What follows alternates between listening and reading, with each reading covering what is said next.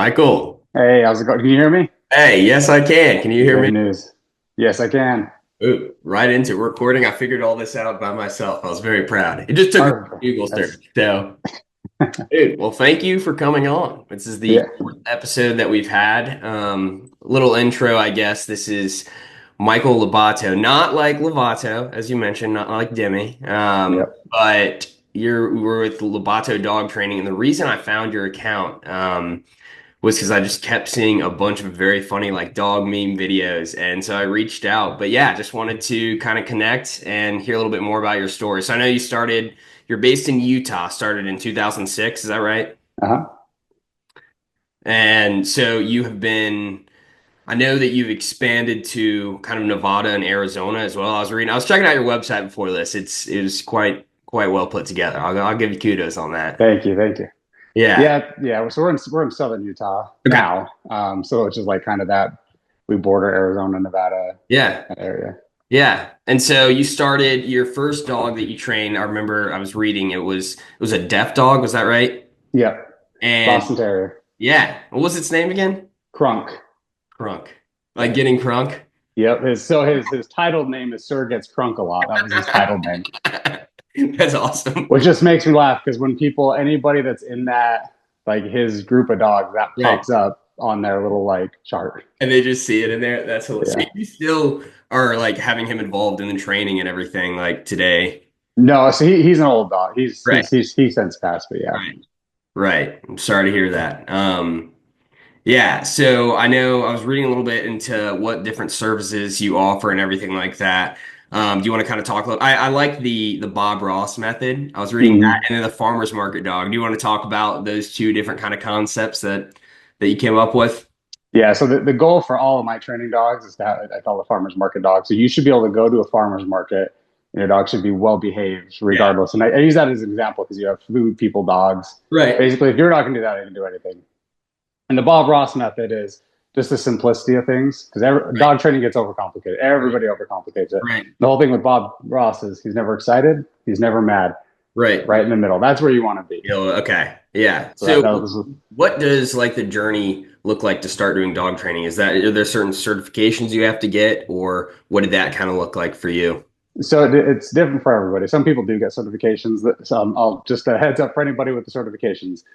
The certifications are kind of a weird thing because the the people certifying you aren't certified in anything. There's not like Right. a They're real just offering it. Yeah. yeah. So anybody could technically be like tomorrow. I could open up Lobato's dog certifications, You and should then do somebody it, could be a man. certified dog trainer. There you That's a go. business venture right there. There it is.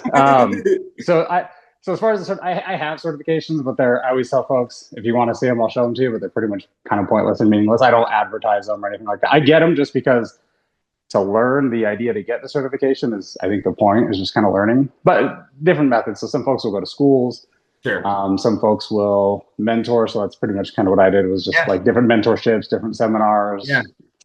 I started back in the day when you had to do books. There wasn't YouTube and all that There's stuff. yeah, So no internet. you actually had to read books and go talk to people and just do No one classes. does that And anymore. no, those are the old days. Those are the old No, days. you can't do that. That's But it. now, I mean, now trainers nowadays are spoiled. They Yeah. can hop on YouTube and learn everything pretty Oh, of much. course. So basically, I guess you're talking about your account a little bit. You Mhm. gained a lot of popularity through that. Is that just like something you were doing on the side and kind of took you by surprise as you grew?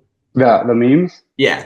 Yeah. Okay. So yeah, I was post like a couple and they like no traction. It was more just for me, just like Yeah, of making course. myself laugh.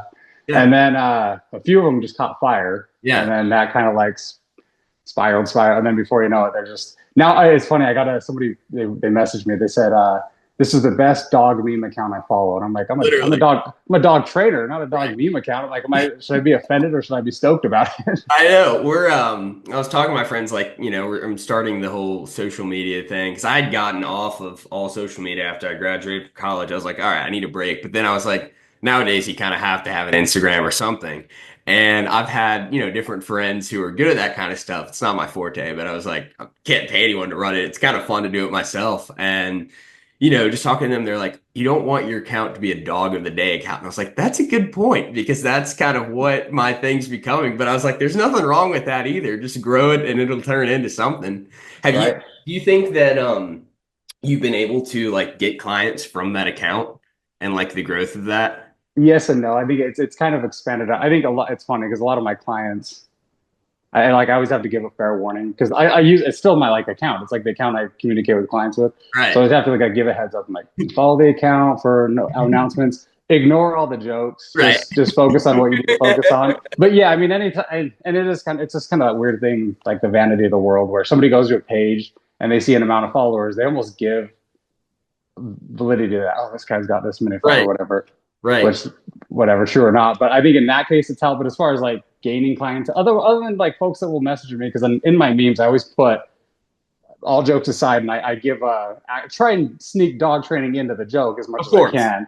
And Yeah. so I will have people reach out and they're like, "Hey, I read the whatever the description, The and you talked caption. about this The command." 20% of people who don't just go, that's hilarious, like it, and just keep Right. going through it. Or like there'll be somebody that will comment the thing that I point out in the description, and they're like, Right. "Well, technically," and I'm like, "Yeah, read the description." Right. That's cool. But from that, yeah, from that perspective, as far as like getting people the message from that, like Yeah. they'll see the thing and then they'll message there. But It's almost like you're building a brand at the same time as you're building, right? You offer all these services, but having your brand be able to be recognized, that also kind of helps to an extent, yeah, right? oh yeah, definitely. So have you always been in Utah, like growing up and everything too? Yeah, yeah. And so we're new to Southern Utah, so I'm not sure if you're familiar with Utah, but like the main I'm hub. terrible at geography, so please enlighten me. No, so the main hub's like Salt Lake. That's like Yeah. that's where everybody thinks of. Yeah. We're like in the bottom corner in the middle of the desert Right. area now. So we just recently moved out of this area. Nice. Nice. Yeah. And so is it just you working, or have you started to hire other people that you work with, or what kind of like supply and demand is there? So it's just me now. I've had trainers on staff in the past, Sure. which is it was great. It was nice. It's wonderful to have somebody that you can you can work with. Right. But for now, it's I we've kind of since the move to Southern Utah was to kind of downsize and slow down a bit, Right. not have as much going on, which I know is kind of a I think It's everybody's trying to do a version of a that good problem nowadays. to have, but like when you're living like a family life and like I think you have a couple kids, right? Yeah, I got 4 kids. I got a lot of kids. We're in Utah. Yeah. Hey, yeah. I mean, bound to happen. Yeah. That's awesome. So how is it balancing like your day to day with living a family life and everything like that? Because I guess for me personally, I'm 23. My day to day is like, oh, what are we gonna do today? Another Right.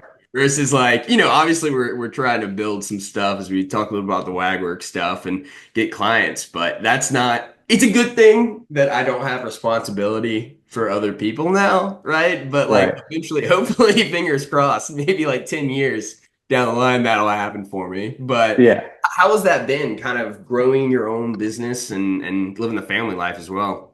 So that's the hard probably the one of the hardest things, especially as a business owner, and you'll kind of find this. I always tell, and I'll listen to other people, business owners or whatever. They're like, "Oh, I don't have time." Like you got nothing but time. Like you could do whatever you want whenever you Right. want. Like I just earlier this morning, I had to cancel a thing because I had to do kids soccer games Right.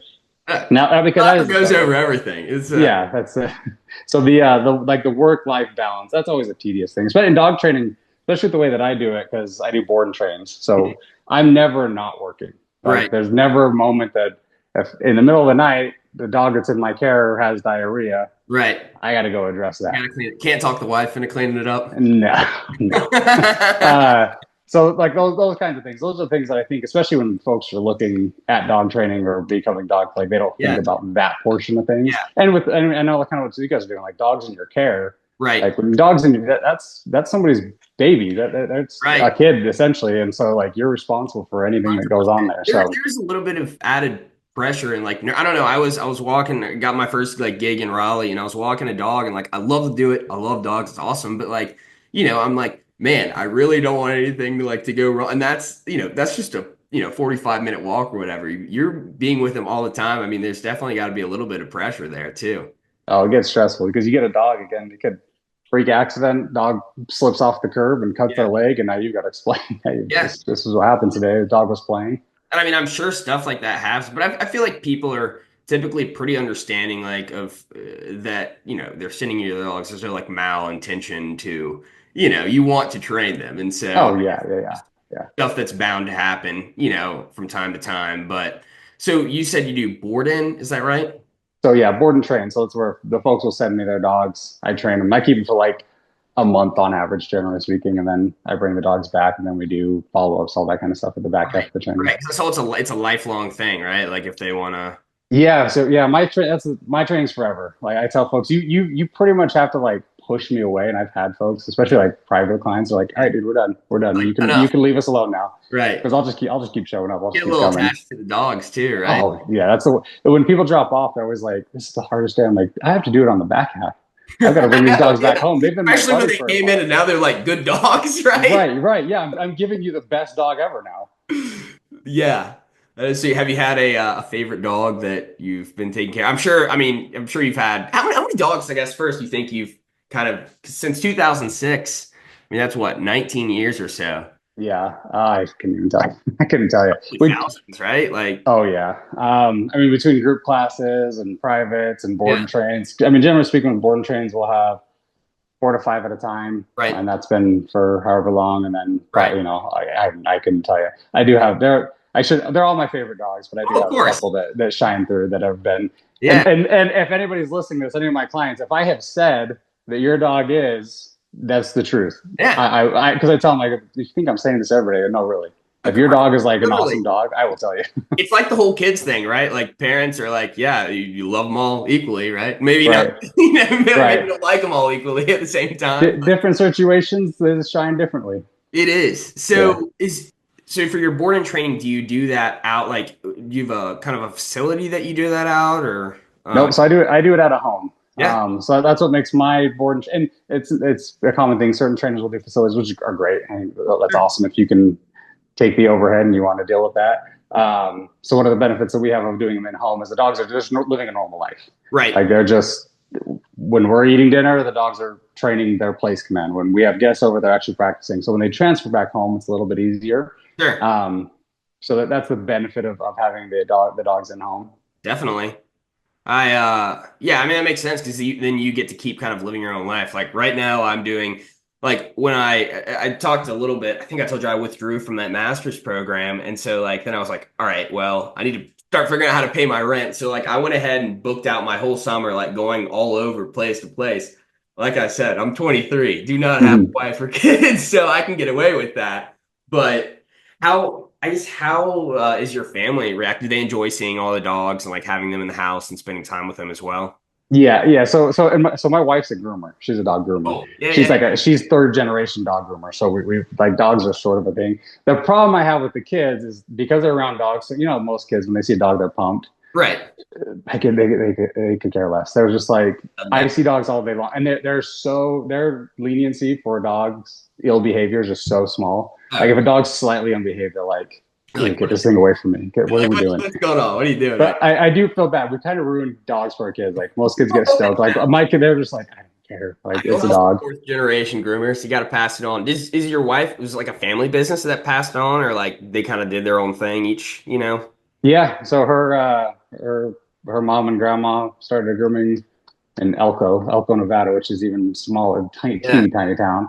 And then she became a groomer, and that's kind of what sort of honestly they spawned the whole even me dog training thing. Because my Right. wife, we met in high school, so Right. they got me the first dog. They got me that Deaf Boston, and then her mom gave me this dog training book, and I Right. read that thing and got obsessed. So Jeez. it's really their fault. So it's kind of funny that that them being groomers back in the day kind of spawned this whole thing. Led to it. That is cool. Yeah, You ever tell your wife thank you for that? I can't tell her that. She can't. She can't know. You can't. There's no way she'll. Oh, that's awesome, man. So in terms of like private bookings and your group lessons, you want to talk a little about like what that process looks like? Yeah, yeah. So group classes, they're kind of I like the group classes. It's funny because I think people oftentimes when they look at like when they're looking for dog training programs, so this is for anybody out there listening and wants to look at dog training programs, Sure. they always tend to see like the biggest ticket, the most expensive as being like the best thing. And I'll Right. tell people all the time, and no, it might not be. Right. Yeah, technically, a board and train your dog is going to get trained, but there's benefits to the owners learning how to do it. Right. And that's a big part of dog training. I can get your dog to do anything, but Right. you've got to be able to do it. And then they get to be a part of the thing. I was watching those videos on your website, them all like walking in line, Yeah, yeah, and I feel like that's good for the dogs as well, right? They get to be comfortable and not be, because I mean, it's not like they're being isolated from their family, but they're young and they go away and boarding and it works. But then with the group sessions, I guess that they get to interact with other dogs and have that socialization as well. yeah. So the group classes, the distractions are there. So your dog has to learn how to sit and hold a sit down or a stay or whatever the case may be with another dog there, and you get Right. that actual practice in real time. So that's the benefit of group classes. Right. And then privates are nice because we can really like fine tune. Like if somebody has a specific, I mean, we've got dogs that have such weird specific things that Do you we have can any go over in a group examples you're class. willing to But share? I'm curious.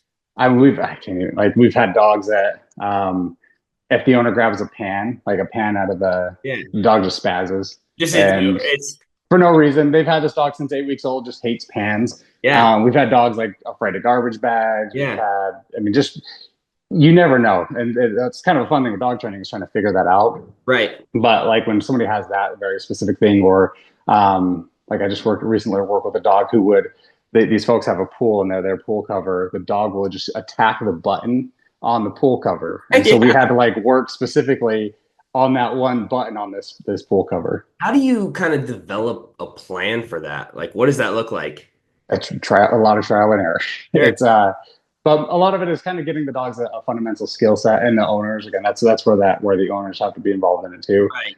It's Like not just keep putting them at the button like and just throwing them there. It's more of like you have to kind of work behind the scenes first and get them trained in general, right? A little bit more. yeah, yeah. So we have to get that fundamental built, that structure built, and that's the hard part too of dog training, and where a lot of folks will. I see that one trainers mess up on this, and then owners mess up on this is they don't spend enough time in that baseline. Everyone wants to do the fun stuff, the fancy thing. I'm like, dog training is very boring. It's very like Right. monotonous. It's every time your dog has done that wrong thing, you have to do the right thing to get that to shift over. So, for example, with that dog, we had to when that pull cover would go, we had to just teach that dog a solid recall so that we could recall that dog off of that button and just do it over and over and over Yeah. again. So it's really just about those reps. Yeah. Yeah. Yeah. Yeah. Huh. I'm thinking because I'm diagnosed with like OCD, right? And so the Uh, treatment for that is ERP, exposure response prevention, where like let's say for me it was the button. I didn't want to touch the button, but it's one of those things where you almost find yourself the more you touch the button, kind of sit with that anxiety. I just see some similarities between that and the dog, right? Like there's some other things going on behind the scenes, but I'm sure there's some sort of anxiety and behavioral kind of perspective to that, right? oh, there isn't even with you bringing up that OCD. A lot of dogs where like anxiety comes from is sort of a version of that. Dogs, Yeah. they're repetition. They're Right. just here's dog training. This equals this. And I mean, I don't know much about OCD, but I'm guessing it's a very similar thing where you have this thought, and you're like, I got to do this thing, I got to do this thing, I got to do this thing. Right. Same thing with the dog. So we just have to flip their reaction You're to almost that like thing. rewiring their brains, Yeah, yeah. in a sense. Like, And yeah, then that is dog training. I mean, Pavlov. Everybody in school learns that. Ring a right. bell, give a dog a treat. That Yeah. is dog training. And again, it's the simplicity of it. Yeah. That's the hardest part is the simplicity of it. Oh, of course. I mean, I think, it's impressive that so for example, if you have like an overweight dog, right? It's a pretty simple Hmm. fix. You just feed them less. But like Right. when I'm putting on some pounds, I'm like, well, I mean, I'm like, well, I'm not gonna eat less. I'm not gonna do that. But it's all that kind of stuff is so simple and it's doable because I guess dogs are just, they're wired that way where they can learn over that repetition, which is kind of Yeah, cool. and really people too. I mean, I have so many teachers I work with, and I even work with like a couple of psychiatrists. Like, it's just every time I'm talking, I see they're like, oh yeah, just like kids, just like people, just like the Oh, correlations are there. The thing with yeah. dogs is you can control most of the variables. Like Right. you can really sit in it. Exactly. Yeah. But with people, there's too many variables. There's too many outside Too sources complicated. coming in. I'll Yeah. stick to those donuts and leave the six pack for next year, right? Right. Right.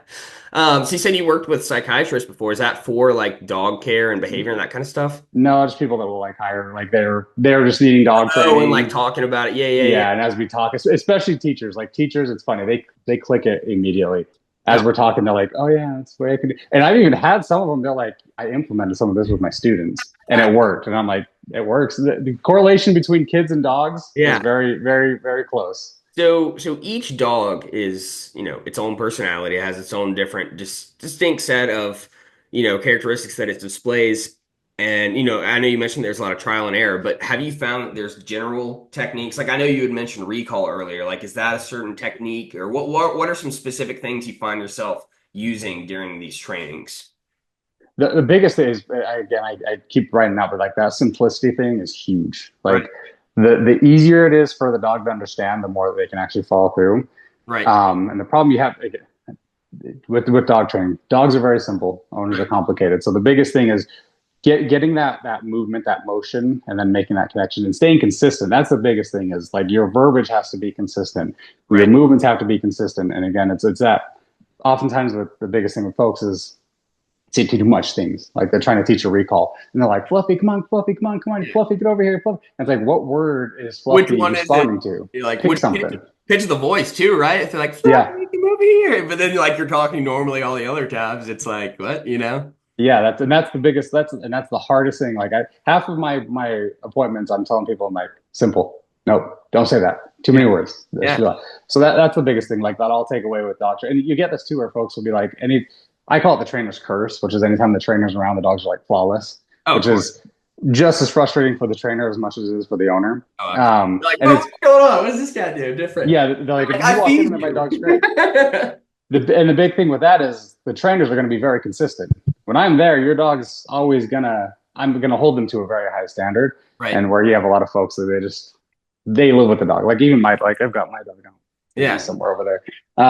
Be a Like good I tell, dog right there. Who's he's that over there? that's Gucci. Gucci. He's a Doberman. Full name Gucci flip flops. No. Gucci Mane. All of our dogs are music named.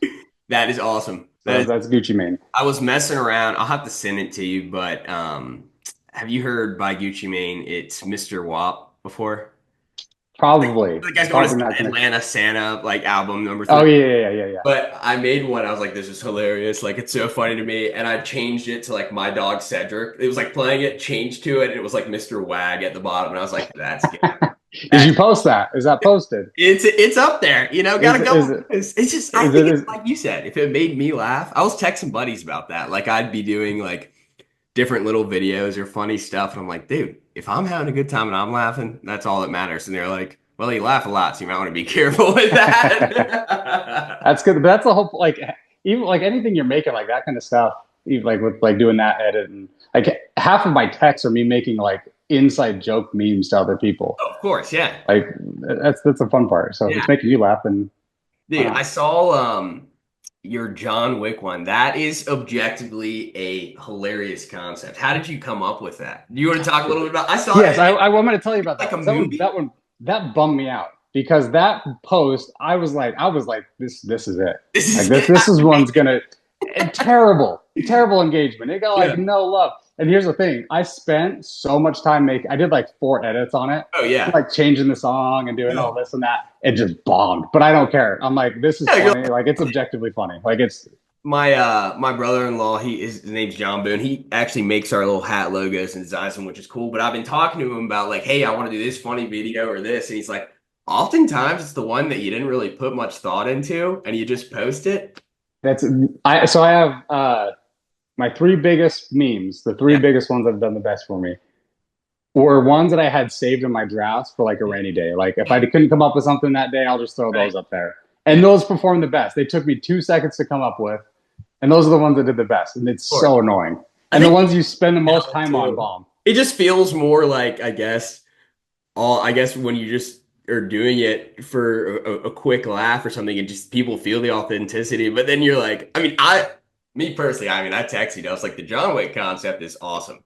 Thank you. Like, I was when you texted me that, I was like, it's thank like God somebody liked at that least one because guy likes it. yeah, at least one person thought that was I funny. just think like dogs doing human things, and like it's a comedic kind of venture that's just I feel like it has endless like things to it. You know Oh what yeah, I mean? yeah. Like, When you correlate a dog to just anything, and I think the thing is, everybody they have that shared experience with their dog.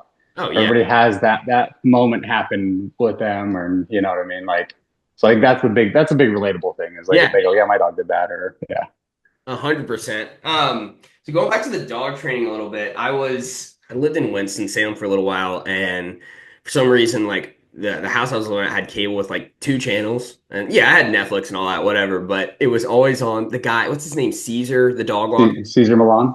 It was always on that. And so this is Yeah. when like I was starting to build up everything, and I was like, well, this rules. Like this guy comes in, but I noticed on that, like oftentimes it was kind of the owner where a lot of the problems were almost stemming from. Like, do you see that? I mean, obviously, all the dogs are your favorite dogs, all the owners are your favorite owners, but is that something you see, like some of the issues that the dogs may be having are because of their lifestyle at their house based on their owners, or is it more you see like younger dogs?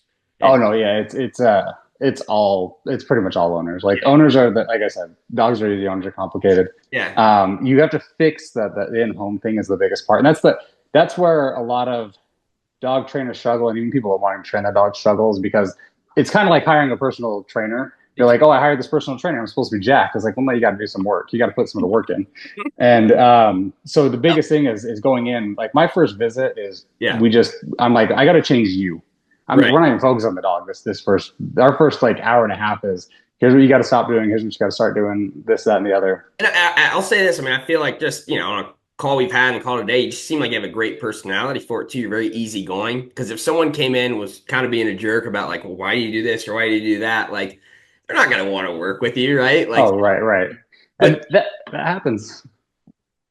that happens sometimes. Well, you have like I'll have you'll have whatever in anybody in any field. Like they come in here and I know exactly you're doing this and this wrong. Like nobody wants to hear that. It's No, like let's just figure out what can we fix, what can we change. That's where every dog, every yeah. person's different. It's all communication based, right? And Oh also yeah, establishing a repertoire with the owner. Like that's what for dog walking for me as well. Like when we like go meet our clients for the first time, like it's always like because you're free meeting, you go and yeah, you're petting the dog and seeing if they're comfortable. But mostly you're just kind of getting to know that person and seeing if that's going to be a good fit. And so it's cool to see that over on different levels of dog interactions, right? With training as well. So yeah.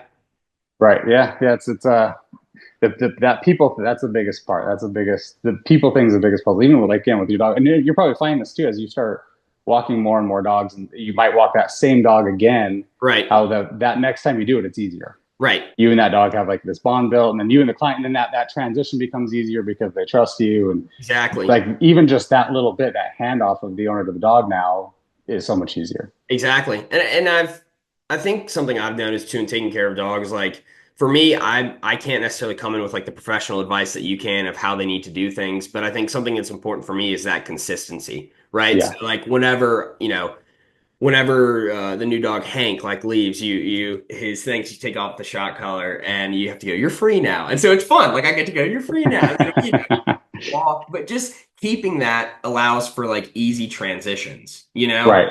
Um, but yeah, that's interesting. So in terms of like getting new clients, do you feel like you have a pretty stacked plate right now? Because I know you said you wanted to downsize just a little bit. Is that something you're interested in doing, like kind of expanding eventually, or are you kind of very content with how things are rolling? At some point, we've gone back and forth on this. Just kind of like do we make things bigger? Do we stay? Right now, I'm at a very content space. This is I'm good to good. see. And the big thing like we did when we slowed down was I just had so many dogs, like so many people wanting it, and you feel bad. You get to a point where you're like, I can't train every dog. I want to, but I can't. You can't train every Right. dog.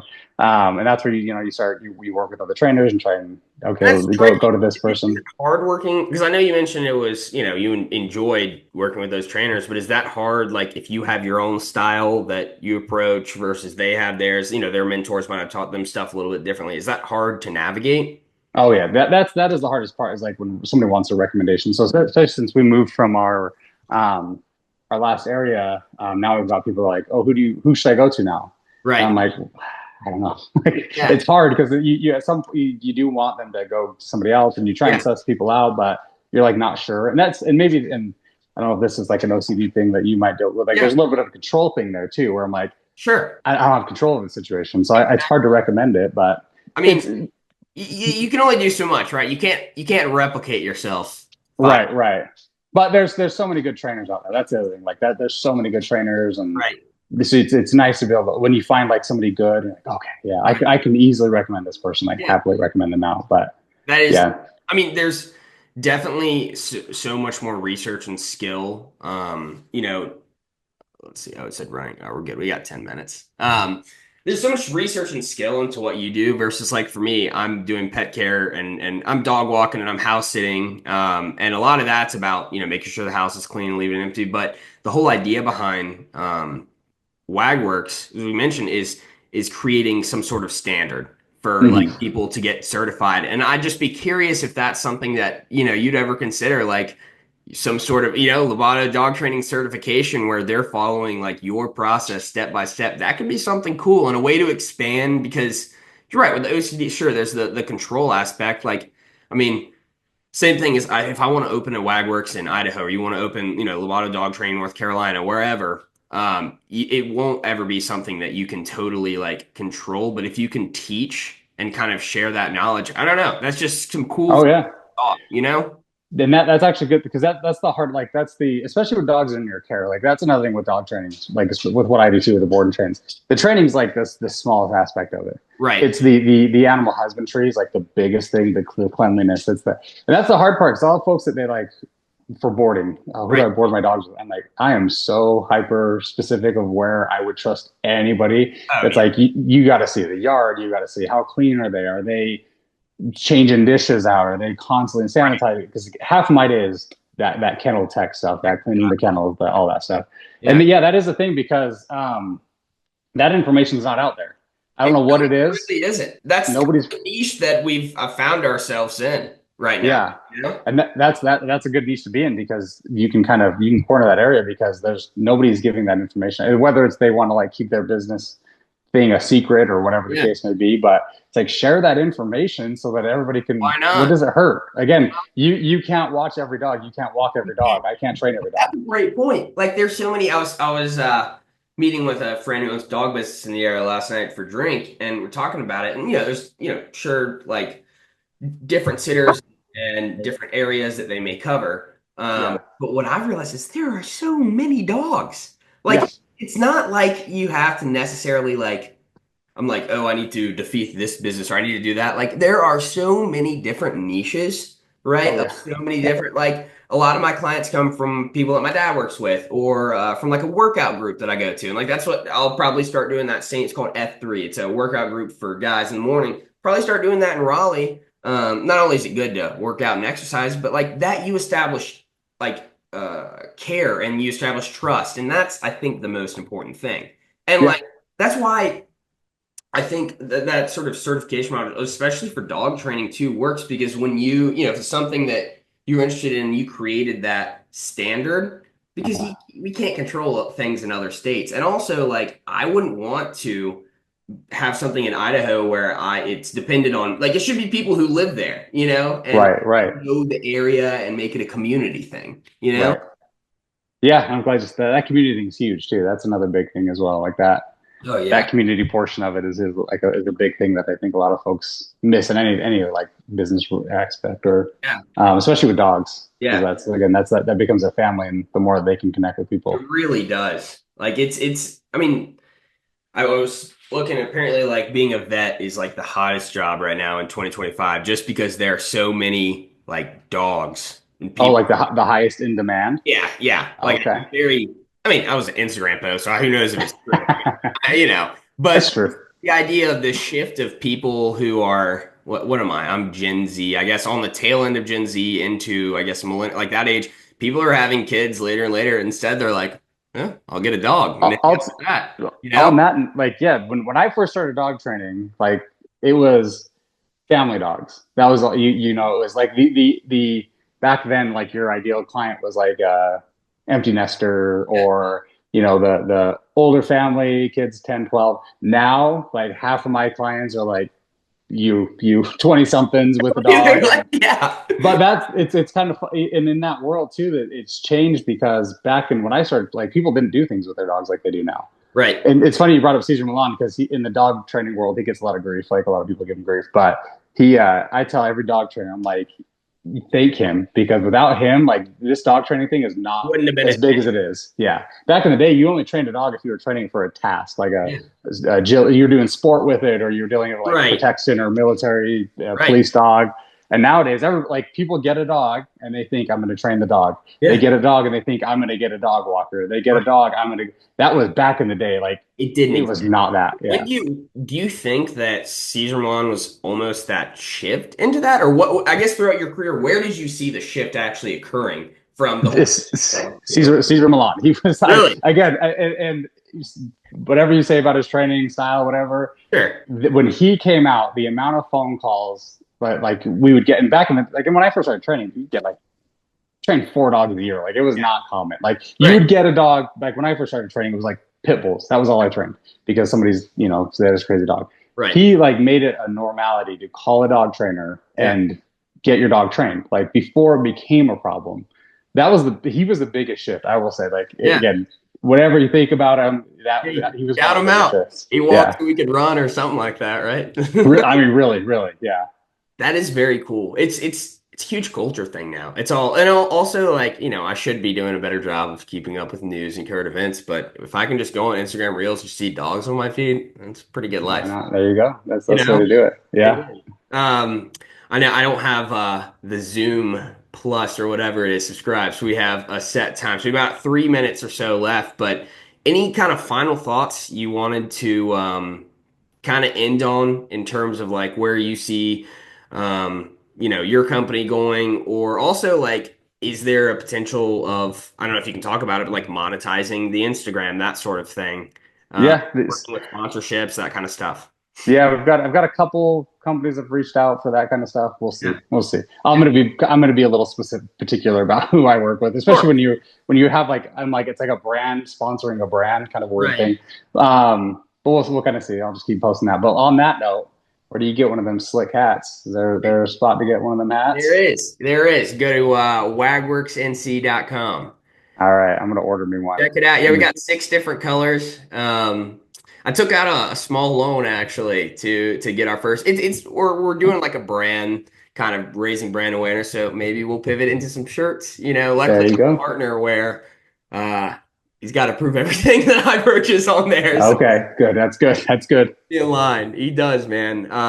But yeah, well, thank you so much for coming on, man. I really Yeah. enjoyed the conversation and hope to stay in touch. Wish you and your family the best. Absolutely, man. Awesome. I appreciate you. Sweet. Thank you Okay. so much. Have a good Yeah. one. All You too. right. Bye.